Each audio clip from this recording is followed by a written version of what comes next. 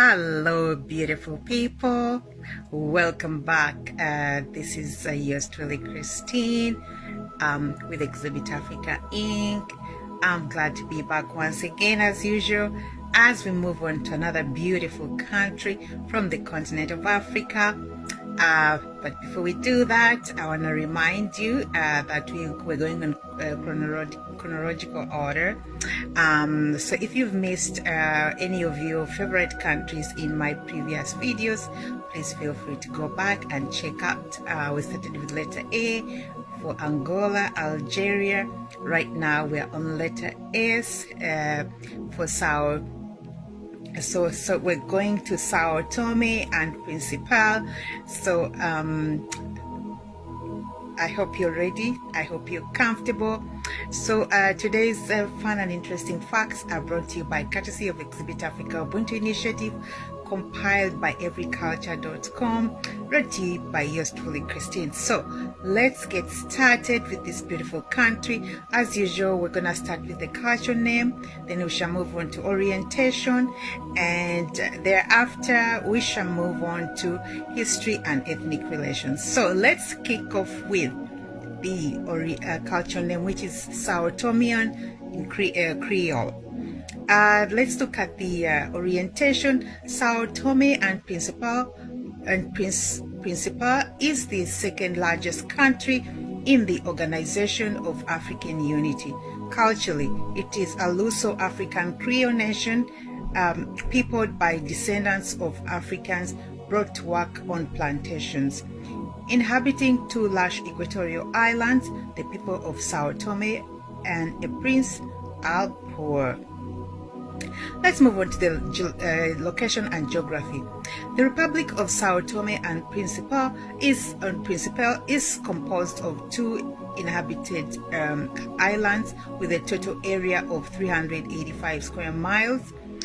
Sao Tome accounts for 330 square miles and contains close to 95% of the population. Now, before we move any further on, I just want to let you know that some of the events that I'm going to be covering in today's fun and interesting facts might be outdated. So if you have any current information, please feel free to share. All right, now let's move on to Sao Tomenese, the equatorial zone. Its strategic location in the center of the Gulf of Guinea has been an important factor in the island's history and culture. The island has served as a trading post and its strategic location was noticed by both sides during the Cold War.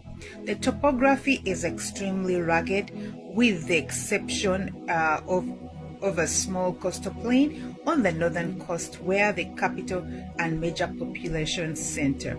The city of Sao Tome is located. Steep hills, mountains, and ravines with narrow areas of flat terrain characterize the interior. Pico Sao Tome is the west central part of the island, which is the highest point. Steep hills known as morros that dominate the landscape are heavily forested. Agriculture is labor intensive, and the percentage of people dependent on agriculture continues to decline. The beauty of the island's tropical ecology has potential of the development of tourism. Poor communication and lack of infrastructure have kept the island relatively isolated and underdeveloped, but there is been steady growth in the number of visitors. Now let's move on to the demography. The population of 140,000, which is a 1999 estimate, is overwhelmingly of West African stock. It is a young population with the majority under the age of 30. Historically, the country has always been an agrarian society with settlements in small holdings and concentration of laborers, which is widely dispersed